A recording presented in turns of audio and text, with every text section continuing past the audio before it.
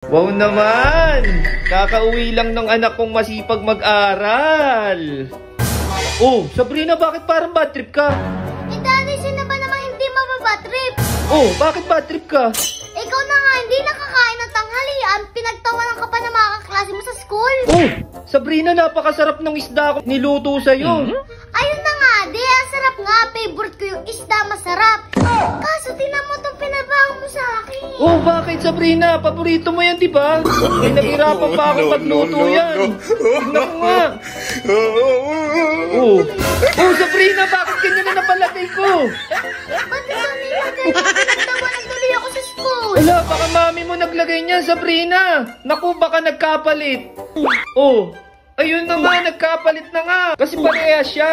Oh, siguro ito nga talaga yung pagkain mo. Naku, yun nga yung pagkain mo. Sabrina, sorry. Baka mami mo naglagay niyan, hindi ako.